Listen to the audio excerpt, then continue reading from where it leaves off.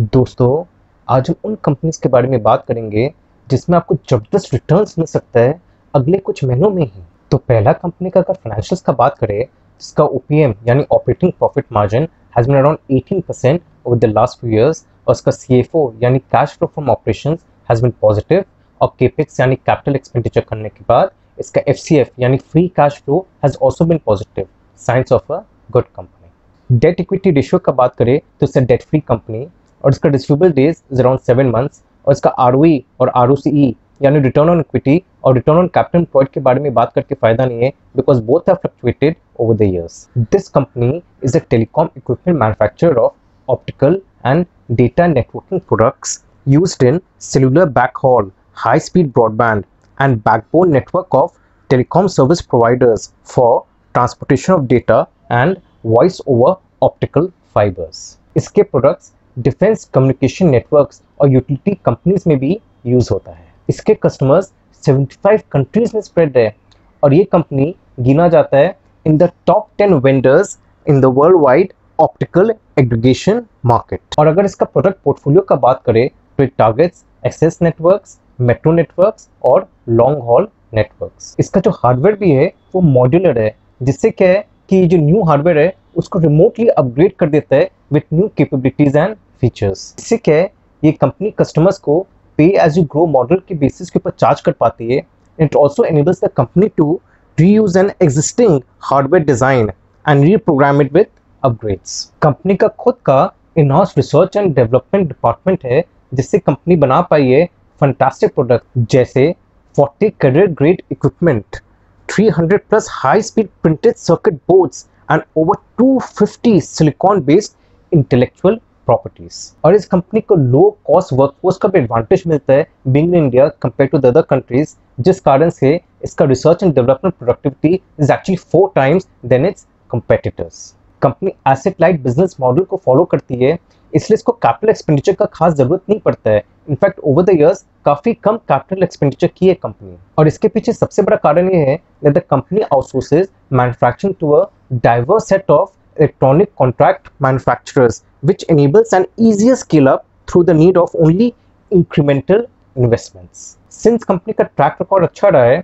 इसलिए कि अपने इसको जो की क्लाइंट्स है उससे बहुत स्ट्रॉन्ग रिलेशनशिप मेंटेन करके रखी है, और इस कारण से it is also maintain this domestic share in spite of competition from MNCs यानी मल्टीनेशनल प्लेयर्स एज वेल। इसके अलावा फरवरी 2021 को यूनियन गवर्नमेंट ने स्पेशल स्कीम निकाला है which is the PLI scheme यानी प्रोडक्शन लिंक्ड इंसेंटिव स्कीम, जिससे टेलीकॉम इक्विपमेंट मैन्युफैक्चरर्स को काफी फायदा होगा। और ये PLI स्कीम 13,000 करोड़ का है, और government is also preferring domestic vendors for its tenders. और सिंस ये कंपनी ऑलरेडी काम कर चुकी है विद पब्लिक सेक्टर अंडरटेकिंग्स जैसे BSNL, ITI limited and also on important government projects like BharatNet places, इस कारण से कंपनी का काफी चांस है on winning government contracts and tenders।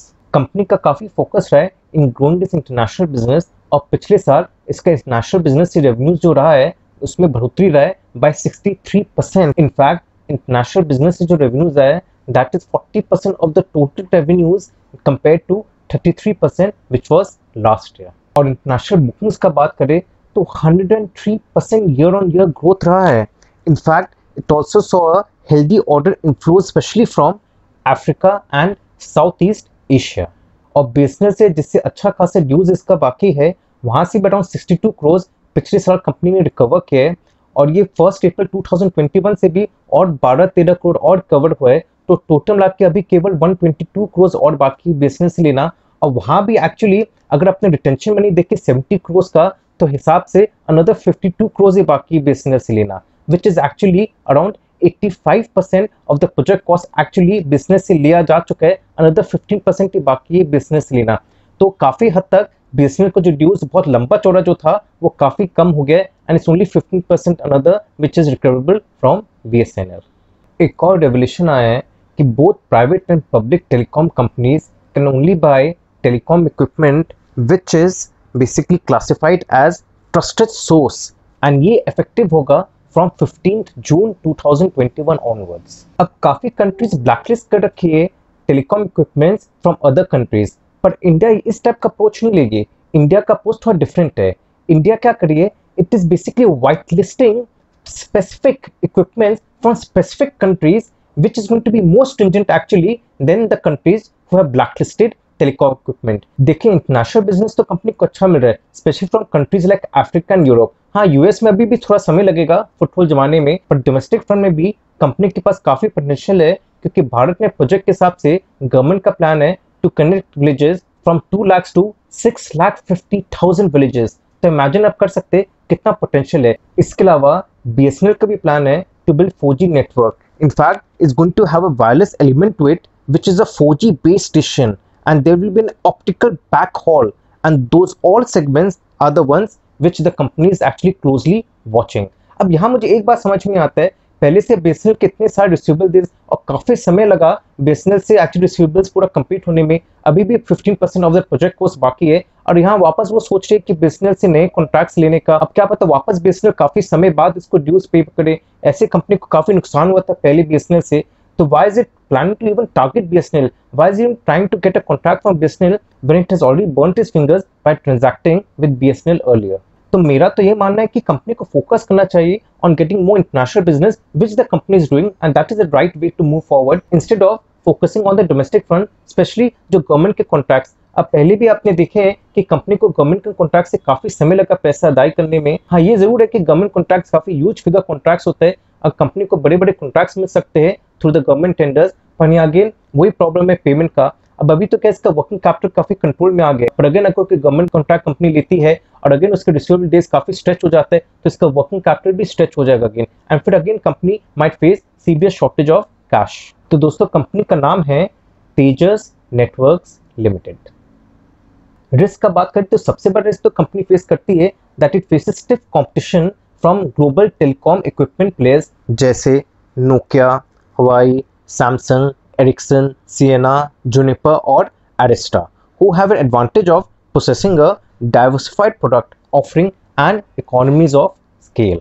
दूसरा रिस्क है, देखिए कंपनी का जो बिजनेस है काफी हद तक डिपेंडेंट है ऑन द केपेक्स यानी capital expenditure by the telecom companies, और यहाँ अगर रोक आ जाता है या टेलीकॉम कंपनीज अपना जो केपेक्स है वो प्रोलॉन्ग कर देती है या पोस्टपोन कर देती है, देन कंपनी को खास बिजनेस नहीं मिलने वाला है at least from the domestic front. तीसरा रिस्क है कि there is a huge shortage of actually semiconductor wafers which is used for manufacturing chips which is used in the company's equipment. अब यहाँ क्या कंपनी बोल रही है कि कोई बात नहीं, अपने पास एक क्लॉज है अग्रीमेंट में जिसमें क्या कर सकते हैं अपने तो हायर प्राइस दे के जो सेमीकंडक्टर वेफर्स वो खरीद सकते हो सप्लायर से।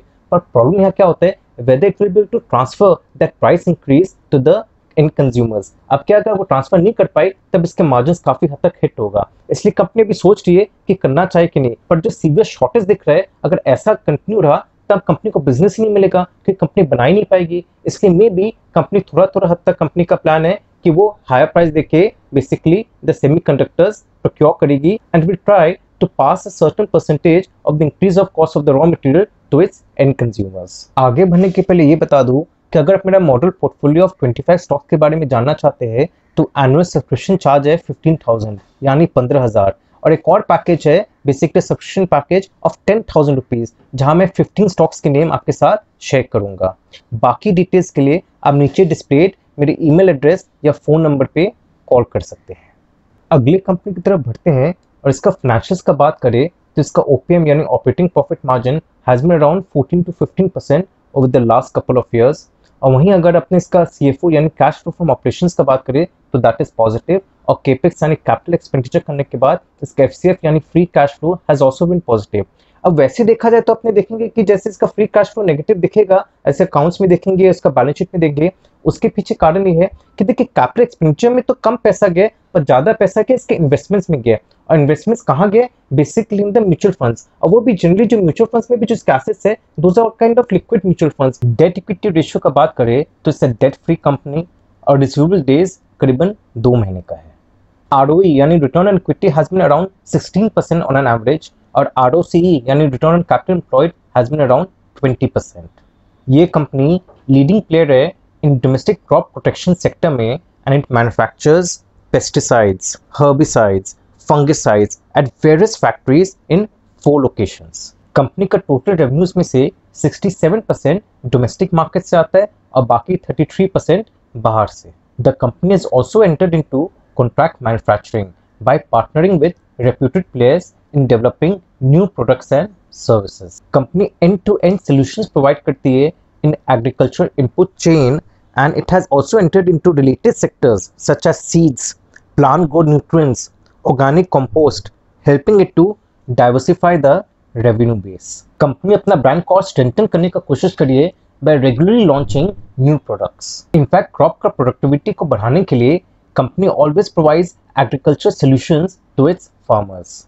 Company ने एक नया initiative launch किया है जिसका नाम है दृष्टि, which is remote sensing and artificial intelligence enabled predictive advisory services which will provide farmers information such as pest forecast for key crops and short and medium term weather and season progress information. इसके अलावा company has already received registration for metribuzin technical in the US and metribuzin formulation in Brazil. और जहाँ तक capital expenditure का बात करें तो 2020-21 में it has already spent 160 crores 160 crore और another 250 crores it is going to spend in the financial year 2021-22. इसका दोनों formulations plant और multi-purpose plant कंप्लीट हो जाएगा in the financial year 2021-22. Formulation side में भी company has introduced a new formulation EV which is targeted as an insecticide and fungicide combination for vegetables. Already crop care और seed segment में 4 new product launch किए. Company already has a strong Kharif Rabi crops in the seed business by building a presence with its in-license products. और अभी 2 नए products launch किए in the maize segment और एक product बाजरा में और एक प्रोडक्ट चिली में. कंपनी का प्लान है to come up with some biological products in the upcoming kharif season. Company चाह रही है कि इसका जो इंटरनेशनल बिजनेस से जो रेवेन्यू आता है वो और बढ़े from 37% to 40%. On the formulations business, company has already won a few registrations in Africa in the financial year 2020-21 and is also working to add one new product during financial year 21-22 to complement the existing 5 key active ingredients. हाँ, इसका जो contract manufacturing segment है उसमें खास बढ़ोतरी नहीं है. In fact that is continuing to suffer because वो मेनली केटर करता है टू द एविएशन इंडस्ट्री. और इसके जो फ्लैगशिप ब्रांड्स है जैसे ब्लाइटॉक्स, कॉन्टफ, टाकुमी, मास्टर, पनीडा और टाटा मेट्री काफ़ी अच्छा स्ट्रॉन्ग परफॉर्मेंस दिखाई है. ग्रोथ का बात करें तो इसका international business has grown by 73% year on year basis to rupees 230 crores aided by volume growth. Crop nutrition business grew by 21% year on year basis to 23 crores due to volume growth, and seed business grew by 8% year on year to rupees 26 crores driven by better price realization. एक और information देना चाहता हूँ कि that this company is part of the Tata Group.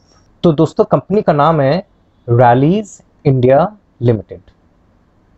Risk का बात करें तो सबसे बड़ा रिस्क ये है कि जो डोमेस्टिक क्रॉप प्रोटेक्शन सेगमेंट है ये काफ़ी हद तक मानसून के ऊपर डिपेंडेंट है. अगर मानसून अच्छा जाता है तो फार्मर्स का इनकम बढ़ता है, फार्मर्स का इनकम बढ़ता है तो इनका प्रोडक्ट्स बाय करेंगे, इनका प्रोडक्ट्स खरीदा जाएगा तो कंपनी का इनकम बढ़ेगा. तो इसका इनकम काफ़ी हद तक डिपेंडेंट है on the farmers income who are dependent on the monsoons. Second risk ये है कि that this segment is highly regulated by specific registration processes in different countries and is subject to various environmental rules and regulations. तीसरा इसके कि काफ़ी high working capital intensive industry है ये, और स्पेशली अभी तो इनका क्या है और ज़्यादा वर्किंग कैपिटल अटक गए इन द रॉ मटेरियल क्योंकि काफ़ी सप्लाई शॉर्टेजेस आ रहे हैं from China due to this pandemic. अब देखिए सिंस रॉ मटेरियल का शॉर्टेज आया है इसलिए इसका प्राइसेस भी बढ़ रहा है, पर क्या कंपनी का प्रॉफिट इतना इम्पैक्ट नहीं होगा क्योंकि इसका केपेक्स अभी इसका क्या है बेसिकली स्टार्ट डिलीवरिंग, और when the capex start delivering तब इसका सेल्स बढ़ जाएगा. सेल्स बढ़ने से इसका प्रॉफिट इंक्रीज होगा, इसलिए काफ़ी हद तक वो मिटिगेट कर देगा the profitability which would be impacted due to increasing raw material prices. अगर आपको मेरा वीडियो अच्छा लगा तो लाइक और सब्सक्राइब जरूर करेगा और इसी टाइप के मैं और इंटरेस्टिंग कंपनीज आपके सामने लाता रहूँगा. Thank you very much.